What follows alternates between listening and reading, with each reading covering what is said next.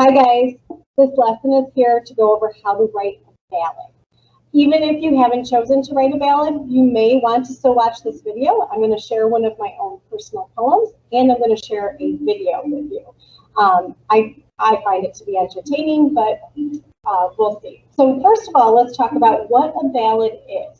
So we're going to take a look at that cheat sheet paper that I gave you, and it's probably on the back of your direction paper. And the cheat sheet, here we go.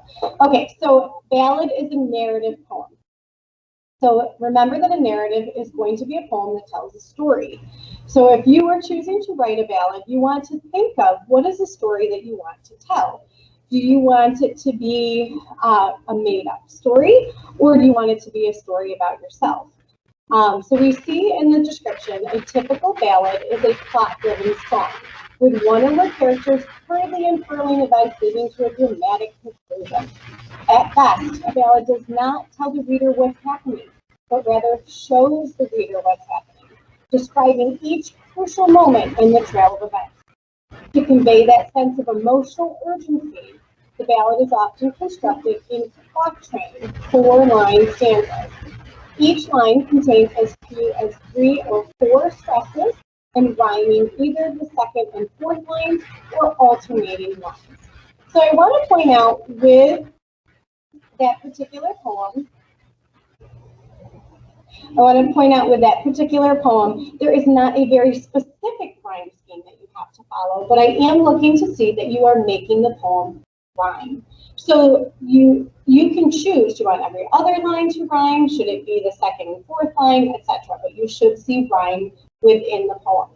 You should have multiple stanzas, and those stanzas should be 4 lines long because it's telling a story. Remember, the Midnight Ride of Paul Revere was 4 pages long. Yours doesn't need to be that long, but it should be multiple paragraphs so that you can work your way through the plot of the story. So, as an example, I'm going to share a ballad that I wrote, and I'm going to tell you that this is a true story. This is a true story of my own. The very first year that my husband and I were married, right around our first anniversary, we went on a trip. And you're going to hear about it. We'll tell you a little bit, and I have an actual video footage of this particular trip. So I'm going to tell you a little bit first. The title is called Big Nasty. So I forgot to share the screen so that you can see it. Let's try that again. Okay, so I want to remind you that you are supposed to have a type of figurative language in yours. My poem has hyperbole. It is exaggerated, okay? I can't remember exactly on your sheet if the ballad has hyperbole, so double check. For me, it was easiest to write the poem first with hyperbole in mind and add it back in where I could. Take something that was kind of mundane and really exaggerate that particular point. The title of the poem, Big Nasty. Let me tell you about a scary trip when I barely escaped with my life. Big Nasty made me take a dip, and I was almost no longer a wife. Rocks around Big Nasty created a hole. Another raft prevented punching our goal. Colliding, we were thrown in the air. That's when I began to descend death's stair. Waves the size of Niagara Falls reached out to pull me under. There, I tucked to form a ball, but my paddle created a blunder. My body rolled under the raft. Everyone on shore laughed and laughed. The rapid would not let me out. To keep my life, I needed a draught. Clearly, I would not die here. Eventually, the rapids spit me out.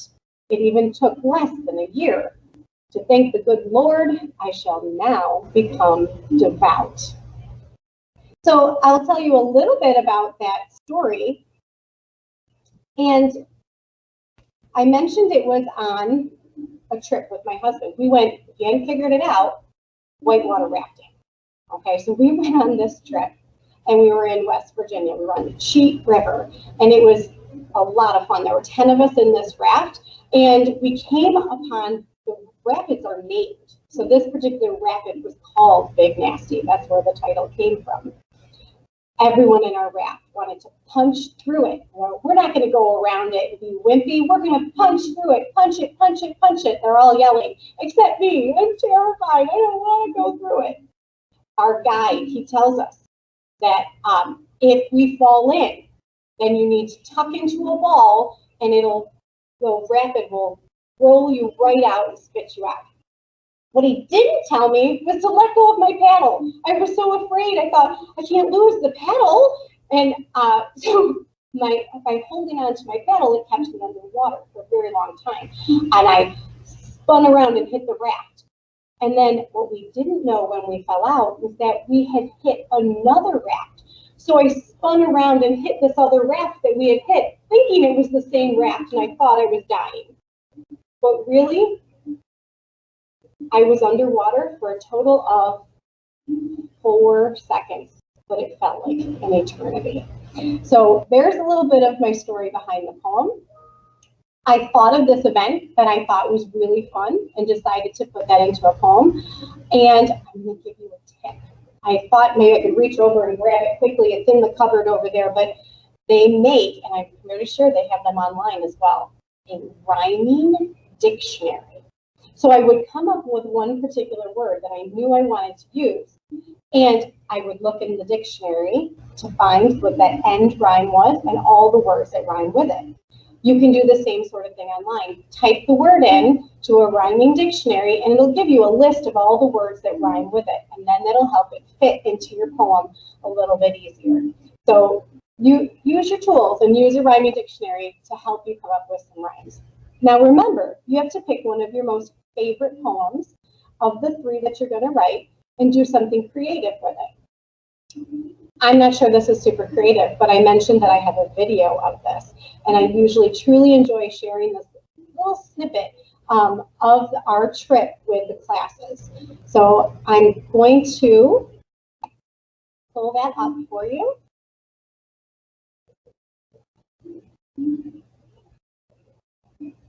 Here we go.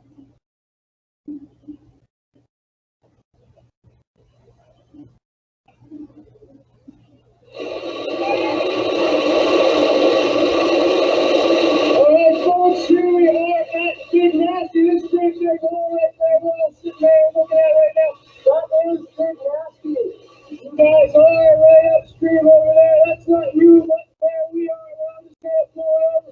Looks like some of these guys are going to take a quick look at it or do something. But let's see how you guys do. I got a company coming on down here. Let's see if they hit the hole. Hopefully there's some darn good footage out here today. Come on, guys. Nice hit, nice hit. Alright, here's 2 guys bring it on. See what happens to them. Oh, yeah, this is going to be a good one. Nice! So remember I said somebody fell in before us? These were the 2 guys, and their raft stays there. But we didn't see it. We didn't notice. So I'm going to skip through a little ways because there's a bunch of other people that go before us. Oh, nice. Well, she's trying to grab the raft. You didn't get it. Oh, well, nice try. Well, Okay, that's not us. This isn't us either. Oh, this one's going to be a good one. Let's see if I hold this up. Nice way to go. Oh, these are just getting jumped out like right. There's 2 swimmers right there. Is that all hit the water? Where the hell's Micah? Oh, there's Micah too. There's a guy swimming around in the raft, still in the hole. Let's just go and pick up people down there. That guy's feeling good at the rope. Excellent. Oh, right back upstream. These are all of his fish. Here comes water coming up through here. Nice. Oh, geez, they're missing the 2. Oh, right back. This is my raft. I'm the one in front of the green helmet. This one's gonna be good. They're all up. I'm not up yet. Where is Elizabeth? Where's Mrs. Weber? Oh, last one. It was 4 seconds. All right. I don't actually know if you could hear me talking over that. But that last one to pop out, that was me. So I hope you enjoyed it. I hope you enjoyed my poem. A little bit of entertainment watching your teacher almost drowned, but I'm still here, I'm alive. Your ideas for writing a ballad, come up with a story, whether it's real or not. Put it in 4-line stanzas, try to get it to rhyme, and make sure you double check your sheet. Are you using hyperbole as well, or is it a different figurative language that you need to make sure is inserted into your poem? Please make sure you have at least more than one example of that particular figurative language in your poem. Have a great day.